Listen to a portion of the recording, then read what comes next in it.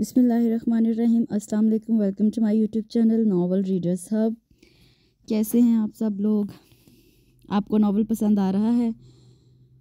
کل ہم نے پڑھا تھا فرا بھٹو کا اے مسیحا دل کے، اس کا ہم نے یہ مکمل ناول ہے، اس کا ہم نے ایک پارٹ پڑھ لیا تھا۔ آج ہم اس کا دوسرا اور آخری حصہ پڑھیں گے۔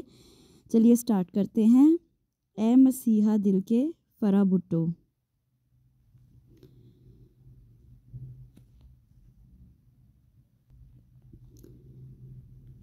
وہ پچھتاوے کے گہرے سمندر میں غرق تھا۔ اپسرا کو منانے کی ہر کوشش ناکام گئی تھی۔ وہ نہ کوئی بات سننا چاہتی تھی، نہ کوئی بات کہنا چاہتی تھی۔ اس نے ٹیوشن آنا چھوڑ دیا تھا، اپنا نمبر بند کر دیا تھا، رمشا سے دوستی ختم کر دی تھی۔ اذلان نے رمشا کو سالس بنا کر بہت بار اس کے گھر بھیجا، مگر اس نے ایک بات نہ سنی، بلکہ رمشا سے آخری دفعہ یہی کہا کہ اذلان کو کہو میرا پیچھا چھوڑ دے، اب میں قیامت تک اس پر بھروسہ نہیں کر سکتی، میرا دل بری طرح سے ٹوٹا ہے۔ رمشا نے منون یہ الفاظ اذلان کو کہہ سنا۔ وہ بے طرح شرمندہ ہوا، پر اب اس شرمندگی کا کوئی فائدہ نہ تھا۔ معید اور حدیث سے اس نے دوستی ختم کر دی تھی۔ بڑی ہوئی شیو آنکھوں میں ہمہ وقت لال ڈورے اور بکھرا ہوا حلیہ، وہ ہر چیز سے بے نیاز ہو گیا تھا۔ امی نے جو لاڈلے بیٹے کا یہ حال دیکھا تو بابا کو بلوا بھیجا۔ بابا اپنے شیر جوان بیٹے کو اس حالت میں دیکھ کر پریشان ہوئے۔ وہ جہاں دیدہ تھے، بھانپ گئے کہ 9 عمری میں دل کا روگ لگا ہے۔ صاحبزادے کیا ہوا ہے، خیر تو ہے؟ انہوں نے بغور اسے دیکھ کر پوچھا تو اذلان نظریں چرا گیا۔ کچھ نہیں بابا، مرد بچہ بن، ذرا سی باتوں کو لے کر جوگ لیتے ہیں کیا؟ انہوں نے اس کا کندھا تھپتھپایا۔ چل بیٹا میرے ساتھ زمینوں کا چکر لگا، دل بہلے گا۔ انہوں نے فوراً طے کیا۔ بابا میری پڑھائی کا حرج ہوگا، اذلان بد دلی سے بولا۔ نہیں ہوتا، کچھ دنوں میں لوٹ آنا۔ وہ اسے لے کر اپنی زمینوں پر آ گئے۔ ادھر آ کر بھی اذلان کا دل نہ لگا، پر باپ کو دکھانے کو وہ بظاہر بہتر حلیے میں نظر آنے لگا، ورنہ تو اندر انتہا کی بے چینی لگی تھی۔ کسی طرح اپسرا کو منا لینے کا ناممکن خیال ستاتا رہتا۔ جیسے تیسے کر کے 10 دن کاٹے اور واپس شہر بھاگا۔ یہاں آ کر دل کو دھچکا سا لگا۔ اپسرا کا خالی گھر منہ چڑھا رہا تھا۔ آنٹی آپ کے جانے کے تیسرے دن آئی تھی، بھائی بتا رہی تھی انکل کا تبادلہ صاحب کا شہر میں ہو گیا ہے، جہاں ان کی جگہ زبردستی کسی سفارشی کو بٹھایا گیا تھا۔ اسی ٹینشن کی وجہ سے انکل کو انجائنا اٹیک ہوا تھا، مگر اب سب بہتر ہے۔ وہ بہت خوش تھی واپس جانے پر، آپ کا بہت پوچھ رہی تھی، رمشا نے تفصیلی بتایا۔ اپسرا نہیں آئی؟ اذلان نے ایک آس سے پوچھا۔ نہیں بھائی، رمشا نے اس کو رنج سے دیکھا۔ وہ امی کے ساتھ مارکیٹ گئی تھی، جب پیچھے اپسرا ان کو گھر سے بنا کر کچھ دینے آئی۔ اذلان اور اس کے دوستوں نے لاپرواہی سے دروازہ کھلا چھوڑ رکھا تھا۔ اپسرا سیدھا اندر چلی آئی اور پھر یہ واقعہ ہو گیا۔ اذلان نے رمشا کو ساری سچائی بتا دی۔ شرط کا سن کر وہ حیران رہ گئی۔ بھائی آپ نے یہ بہت غلط کیا، وہ یہی کہہ سکی۔ اذلان نے سر جھکا لیا، پھر وہ بہت سنجیدہ ہو گیا تھا۔ اپنی عمر سے بڑا تو ہمیشہ ہی لگتا تھا، مگر اب اپنی عمر سے زیادہ سمجھدار بھی نظر آتا۔ اس نے ہر الٹی سرگرمی چھوڑ کر بس تعلیم کو ہی مقصد حیات بنا لیا۔ وقت کے ساتھ ساتھ رفتہ رفتہ دل سنبھل گیا، پر اپسرا کی یاد باقی رہ گئی، جسے اس نے دل میں سنبھال کر رکھا تھا۔ میں تجھے بھول کر خوش ہوں، اس سے بڑی بھول اور کیا ہوگی؟ اس سیمینار ہال میں چنندہ کرسیوں میں سے ایک پر بیٹھا تھا۔ پولیس کی مخصوص وردی میں ملبوس اس کا چوڑا اور وجیہہ سراپا مزید پرکشش اور مغرور نظر آ رہا تھا۔ اس کے ساتھ اسی کی رینک کے 2 اور آفیسر اور ایک IG بیٹھے ہوئے تھے۔ یہ عورتوں کے حقوق پر مشتمل ایک کانفرنس تھی، ایک NGO اور ادارہ ویمن پروٹیکشن سیل، جس کے ساتھ پولیس کی معاونت شامل تھی۔ اسی کے کرتا دھرتا اور سرگرم کارکنان کے ساتھ پولیس آفیسرز کی آفیشیل میٹنگ بھی تھی۔ اذلان کا اس شہر میں پرسوں ہی تبادلہ ہوا تھا اور آج وہ اس کانفرنس میں بیٹھا سامنے 80 انچ کی اسکرین پر چلتے فوٹیج میں اس ادارے کے بننے کے اغراض و مقاصد پر ایک خلاصہ دیکھ رہا تھا۔ میسج کے بیپ نے اذلان کو موبائل کی طرف متوجہ کیا۔ جوابی میسج دیکھ کر اس نے جھکا ہوا سر اٹھایا اور جیسے ساکت سا ہو گیا۔ اس کے عین سامنے اپسرا ایک کرسی کھینچ کر بیٹھ رہی تھی۔ اذلان نے اسے دیکھ کر حیرت سے بے اختیار آنکھیں جھپکیں۔ یہ یہاں کیسے؟ اس نے خوشگوار انداز میں سوچا۔ اپسرا کی نظر بھی اسی وقت اذلان پر پڑی تھی اور وہ چونک سی گئی، مگر اس نے خود کو جلد کمپوز کر لیا اور سنبھل کر بیٹھ گئی۔ یہ مس اپسرا ہیں، ویمن پروٹیکشن سیل کی ریپرزینٹیٹیو اور human women rights activist. Protection cell کے انچارج نے اذلان سے اس کا تعارف کروایا۔ باقی سب معززین کے ساتھ تو آپ کا تعارف ہے، مس اپسرا ان سے ملیے، SP اذلان شاہ ادھر حال ہی میں کمپلین سیل ڈپارٹمنٹ میں تعینات ہو کر آئے ہیں۔ نوید صاحب نے اپسرا کو بطور خاص بتایا تو اپسرا نے ایک بے نیاز نظر اذلان پر ڈالی۔ اذلان جی جان سے اسی کی طرف متوجہ تھا۔ ہیلو مس اپسرا، اذلان نے مبہم مسکراہٹ سے اپسرا کو وش کیا۔ اپسرا جواباً خاموش رہی، پر اس کے نقوش کا تناؤ صاف نظر آتا تھا۔